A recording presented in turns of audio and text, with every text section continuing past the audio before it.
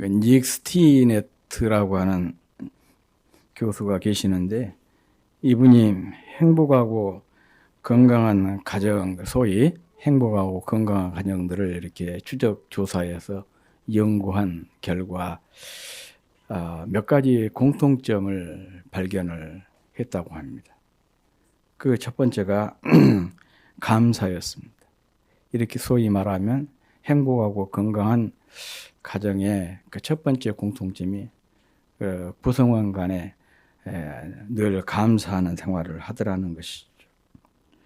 가족이 서로에게 감사를 자꾸 많이 표현한 것입니다. 부부가 서로 감사를 표현하고, 또 부모가 자녀에게, 또 자녀들이 부모에게, 심지어는 이웃에게도 감사를 표현하는 것을 발견할 수가 있었다고 합니다.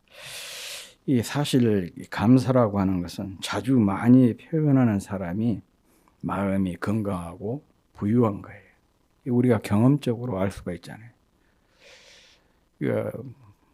마음에 어떤 충족감이 있고 또 여유가 있으면 자연스럽게 감사라는 표현이 나오게 되는데, 우리가 스트레스를 많이 받는다든지, 그리고 힘들고 어렵다든지, 뭔가에 심리적으로 쫓기고 그러면 우리 감사 대신에 불평과 원망이 많이 나오지 않습니까?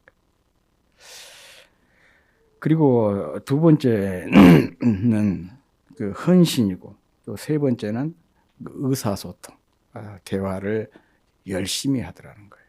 그리고 네 번째가 함께 하는 시간이 많고, 가족 간에. 하여간 그 시간을 내서 또 이유를 만들어 가지고 자주 모이더라는 거예요. 자주 만나는 것이죠. 그리고 다섯 번째가 정신적인 건강입니다. 서로 축복하고 격려하고 칭찬을 자주 많이 하더라는 것입니다. 이런 축복이나 격려와 칭찬, 이런 것은 정신을 건강하게 만들어주는, 소위 말하면 영양분과 같은 거예요. 그래서 이 스티네트 교수가 소위 행복하고 건강한 가정들에서 찾아냈던 공통점이 바로 이 다섯 가지: 감사, 희생, 의사소통, 헌신, 함께하는 시간, 정신적인 건강. 성공한 사람에겐 성공할 만한 나름대로의 그 공통점이 있다고 그러잖아요. 마찬가지로 이 행복하고 건강한 가정에도 그럴 만한 이유가 있는 것이죠. 그런데 이 내용은 그대로 어디에 적용이 가능하냐? 우리 부부 관계에도 그대로 적용이 가능합니다. 사실 세상에 절로 되는 것은 아무것도 없습니다. 부부 사이도 마찬가지입니다.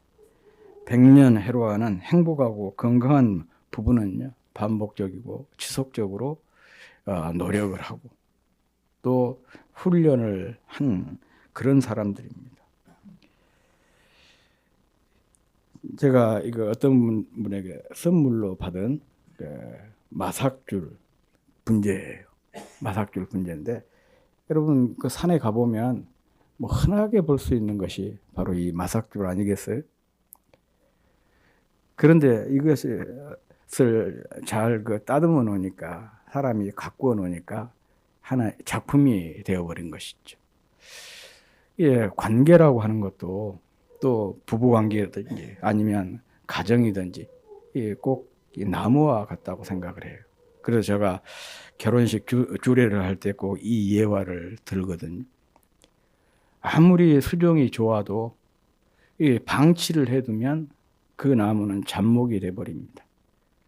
그런데 이렇게 마삭줄처럼 흔하게 어디서든지 볼 수 있는 이런 것도 잘 갖고 놓으면 뭐가 되냐? 작품이 되는 거예요. 인간관계도 마찬가지입니다. 또 가정도 마찬가지고 부부관계도 마찬가지인 것이죠.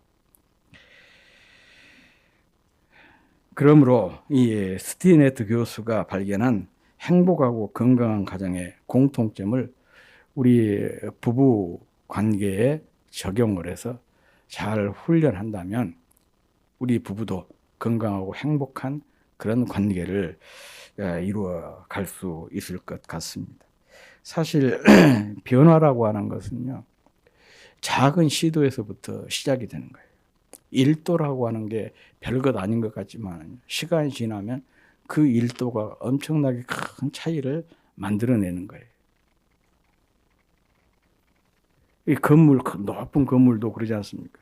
1도 차이만 나도, 1도가 아니죠. 조금만 차이가 나도 밑에서는 별거 아닌데 저 끝에까지 올라가면 큰 차이가 난 거예요. 우리 인생도 마찬가지입니다. 이게 놀라운 변화의 경험이라고 하는 것은 이렇게 작은 시도에서부터 비롯되는 것인데, 여러분 부부와 또 가정에서 풍성하게 이런 변화를 경험했으면 좋겠습니다. 오늘 본문은 부부 생활의 중요한 원리를 우리에게 말씀하고 있는 그런 내용입니다. 하나님께서 아담과 하와를 부부로 맺어 인류 최초의 가정을 창설하고 있는 그런 장면인데, 우리는 이 사건을 통해서 부부라고 하는 것은 하나님께서 짝지어 주신 짝이다라는 것을 우리가 생각을 해볼 수가 있는 거예요. 부부는 내가 좋아, 내가 선택해서 만난, 그렇게 해서 맺어진 관계가 아니라 하나님의 섭리 속에서 하나님께서 선택해서 우리를 짝지어 주신 그런 관계가 소위 말하면 부부라는 거예요. 그래서 그런 얘기 많이 하잖아요. 부부의 간의 만남을 운명적인 만남이다. 100년의 인연이 있어야 같은 배를 타고 1000년의 인연이 있어야 같은 잠자리를 갖게 된다. 그런 옛말이 있어요. 바로 이것이 부부라는 것이죠. 오늘 본문 24절은 하나님께서 그 부부로 맺어주신 그 아담 하와 그 인류 최초의 첫 부부에게 하신 말씀입니다. 일종의 멋진 하나님의 그 주례사라, 그렇게 이 얘기를 할 수가 있을 것 같습니다. 우리 같이 한번 24절 말씀 읽어보겠습니다. 시작. 이러므로 남자가 부모를 떠나 그의 아내와 합하여 둘이 한 몸을 이룰지로다. 예. 이 하나님의 그 첫 번째 부부였던 아담 하와에게 주신 하나님의 주례사인데, 바로 이 말씀 속에는 동시에 성경적인 부부 원리를 말씀을 하고 있습니다. 성경적인 부부 원리라는 것은 두 가지입니다. 하나는 남자가 부모를 떠나는 원리예요. 이것을 보고 독립의 원리라, 그렇게 얘기합니다. 두 번째는 그의 아내와 합하여 둘이 한 몸을 이룰지로다. 소위 말하면 합하여, 아내와 합하여, 이게 연합의 원리라 그래요. 성경적인 부부 생활의 원리는, 결혼의 원리는 하나는 독립의 원리고 또 하나는 이 연합의 원리입니다. 이 시간에는 두 번째, 이 연합의 원리에 대해서 좀 생각을 해보려고 합니다. 오늘날 많은 사람의 축하와 축복을 받으며 출발한 그 가정들이 중도에 깨지는 경우가 참 많이 있습니다. 왜 그러냐? 소위 말하면 이 연합의 실패에서 비롯된 것입니다. 서로 한 몸이 되지 못하다 보니까 거기에 갈등이 생기게 되고, 그 갈등이 확장이 되어서 파혼하게 이르게 된 것입니다. 헬라어로 그 평화, 화목을 뜻하는 단어가 에이레네라고 합니다. 그런데 이 에이레네라고 하는 단어는 에이로라고 하는 단어에서 나왔거든요. 에이로라고 하는 단어의 뜻이 뭐냐? 이런 의미예요. 연합하다, 분리된 것을 하나로 묶다, 그런 뜻이에요. 에이로. 그러니까 이 화평, 평안이 어디서 오냐? 연합에서 온다는 것이. 그 연합이 깨져버리면 화목도 화평도 평안도 깨질 수밖에 없다는 그런 의미인 것입니다. 그렇다면 어떻게 부부가 아름답게 연합할 수가 있을까? 그래서 건강하고 행복한 부부관계를 만들어갈 수가 있을까? 우리가 자주 먹는 음식 중에 고기 중에 삼겹살이 있는 것처럼 우리 관계에도 삼겹줄이 있습니다. 그 첫 번째 줄은 깊은 신뢰, 두 번째 줄은 철저한 은혜의식, 그리고 세 번째 줄은 즐거운 부채의식입니다. 저는 이 세 가지를 부부연합의 삼겹줄이라 그렇게 정의를 하고 있습니다. 여기서 오늘 본문에 보면 연합하다 그런 말씀이 나오잖아요.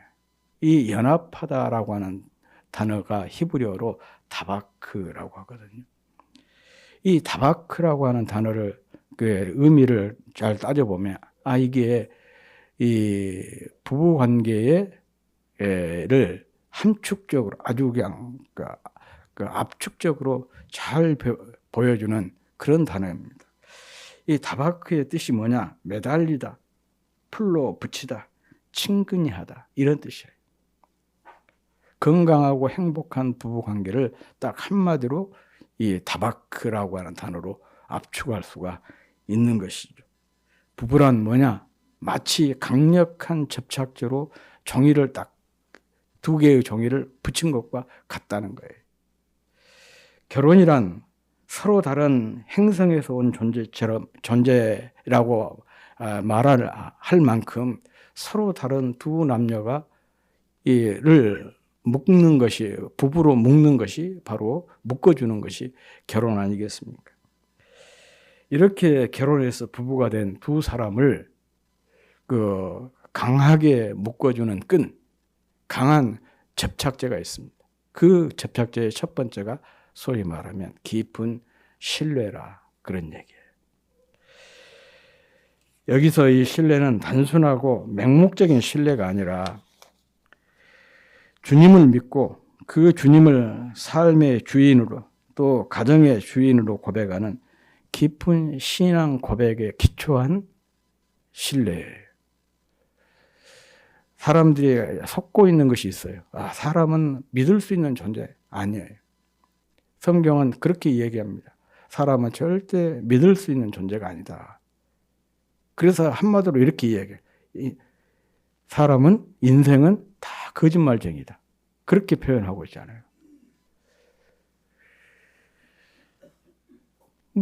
성경 얘기 아니더라도 우리가 흔히 그런 얘기 하지 않습니까? 인간의 마음은 조석변이다. 늘 아침 저녁으로 바뀌는 것이 인간의 마음이라 그렇게 얘기를 하지 않습니까? 이 말은 무슨 말이에요? 사람은 믿을 수 있는, 신뢰할 수 있는 그런 존재가 아니라는 거예요. 그러면 어떻게 사람과 사람 사이에 신뢰가 구축이 될 수가 있냐? 바로 신앙이죠.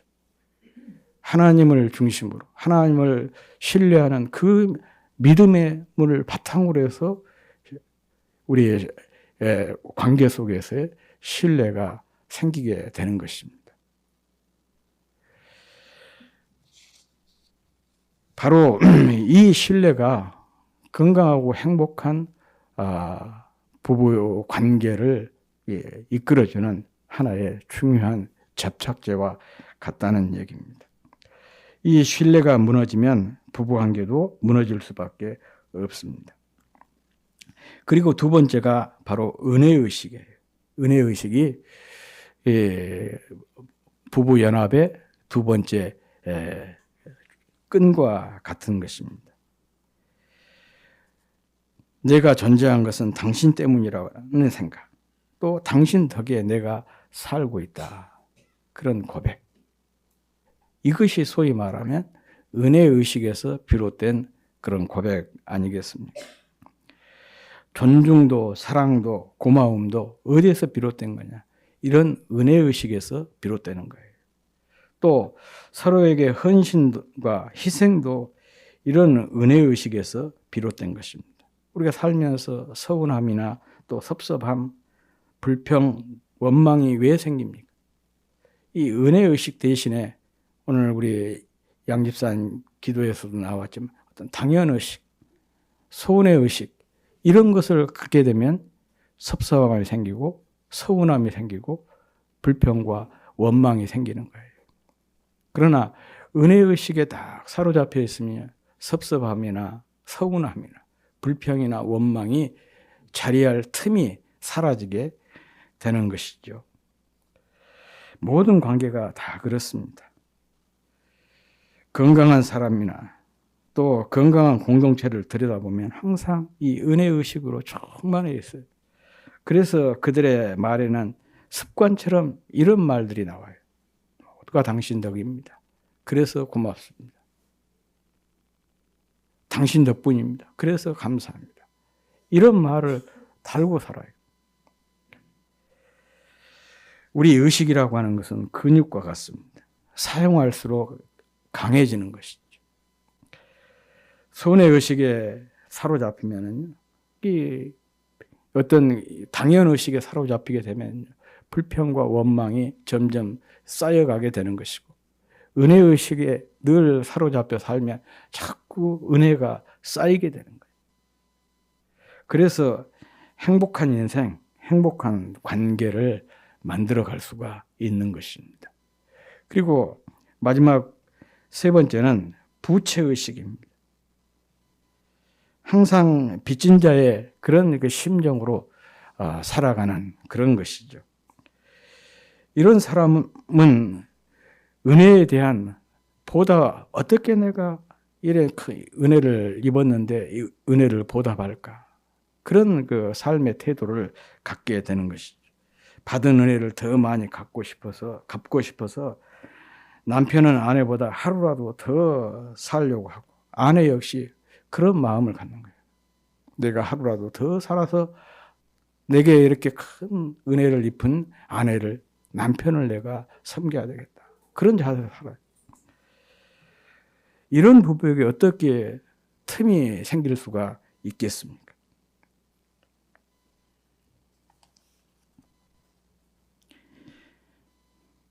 보답하고 싶어하는 이런 아름다운 마음이 부부를 더욱 든든하게 묶어주는 것이죠. 신앙생활도 마찬가지입니다. 이렇게 신앙생활 속에서 이런 부채의식을 뭐라고 얘기하냐? 거룩한 부담감이라 그렇게 표현하지 않습니까? 거룩한 부담감이에요. 현대인들의 삶이 얼마나 분주하고 복잡합니까? 또 얼마나 바쁩니까? 하루 24시간도 25시간도 모자랄 그런 판이에요. 그런 와중에도 교회 와서 청소하고 차량 운행을 하고 또 교회 학교를 섬기고 또 구역을 섬기고, 그것도 뭐 교회에서 월급을 준 것도 아니잖아요. 자기 돈 써가면서 그렇게 해요.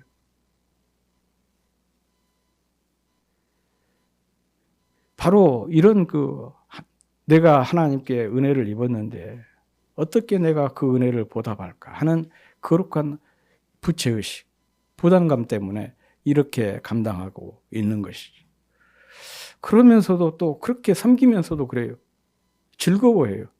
참 세상 사람들이 바라보면 돌았다 그럴 거예요. 아니 그렇게 시간이 없다면서, 그렇게 쪼들린다면서, 늘 잠이 모자란다면서, 그런데 그 잠을 쪼개가지고 새벽 예배 나오고, 주일날 주일 예배 나오고, 수요 예배도 나오고, 구역 모임에도 나가고,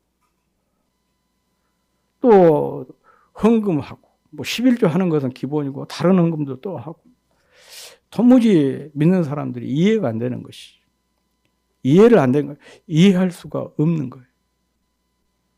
그런데 이런 헌신이 어디서나 비롯된 것이냐? 이 거룩한 부담감에서, 영적인 부채의식에서, 내가 하나님께 이런 큰 은혜를 입었는데 내가 이렇게라도 보답해야 되겠다. 그런 마음에서 비롯된 것 아니겠습니까?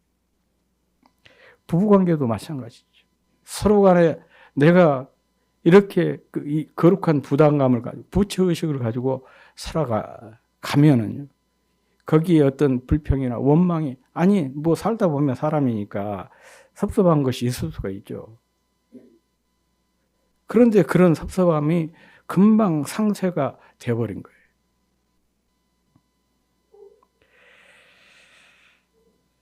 이렇게 부부가 서로 항상 빚진 자의 마음으로 항상 은혜에 보답하려는 마음으로 살게 되면 부부 관계는 더욱 견고해질 것이고 이런 그 부부가 있는 가정은 건강한 가정, 행복한 가정이 될 수밖에 없고 이런 부부 밑에서 자라는 아이들은 건강하고 행복한 아이들로 자라날 수밖에 없어요.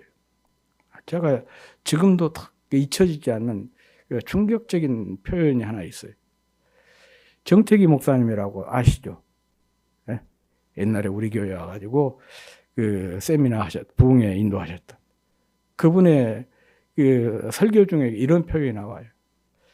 그분이 이제 그 상담학을 전공을 하신 분이었기 때문에 아이들 상담도 많이 하고 또 특별히 가출한 청소년들 또 그런 부모들을 상대로 상담을 많이 했는데 그분이 그런 얘기를 해요. 부부관계가 이렇게 좋지 않은 그 가정에서 아이들이 자꾸 가출을 한 그걸 보고 뭐라고 얘기를 하냐. 그 아이가 그 가정에서 자꾸 가출한 아이가 정상이라는 거예요.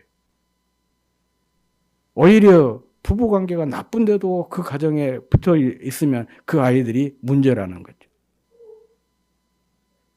부모는 자녀의 입장에서 지붕과 같고 또 집에 기둥과 같은데 부부관계가 나쁘면 지붕이 무너지려고 한 것이고 기둥이 그 흔들거려가지고 집이 곧 무너지려고 하는데 그런데도 집안에 있으면 그건 바보 아니냐는 거예요. 당연히 뛰쳐나가야 그게 정상이 아니겠냐. 그런 얘기를 해요. 참 그 말에 그렇게 제가 공감이 됐어요. 그러니까 부부관계가 튼튼해서 집안의 기둥이 튼튼하고 지붕이 튼튼하면 자녀들이 밖으로 나가라 그래도 안 나간다는 거예요. 거기보다 더 안전한 보금자리가 없기 때문에 행복하고 평안한 곳이 없기 때문에 그렇다는 얘기죠. 아무튼 우리가 제가 강구에서도 그런 얘기를 했습니다. 부부관계가 모든 관계의 기초입니다. 가정에서도 모든 가정도 하나의 관계로 맺어진 거 아니겠습니까? 가정의 가장 기본적인 관계가 부부관계예요. 교회도 이렇게 수많은 관계들로 형성이 되어 있는데 한 부부가 이렇게 모여져 가지고 한 가정이 모여져서 이렇게 교회를 이루고 있는 것이죠. 그러니까 건강한 가정, 건강한 교회, 건강한 사회의 기초는 부부예요. 우리 부부가 행복하게 잘 사는 것이 건강한 가정을 지키는 비결이고 행복하고 건강하고 경건한 교회를 이루는 기초인 것이고 또 사회에 대한 즐겁고 명랑한 사회를 만들어내는 하나의 기여를 하는 것과 같은 것입니다. 이런 심정으로 깊은 신뢰 또 은혜의식 그리고 이 부채의식을 통해서 정말 건강한 부부관계를 이루어 가시는 여러분들이 다 되시기를 주의 이름으로 축복합니다. 부부는 하나님께서 선물로 주신 내 영혼의 짝입니다. 서로 깊은 신뢰, 철저한 은혜의식, 또 즐거운 부채의식이란 삼겹줄로 단단하게 한 몸이 되라고 주님께서 우리에게 주셨습니다. 이 엄중한 주님의 명령을 잘 받들어 건강한 행복한 부부가 되시기를 주님의 이름으로 축복합니다.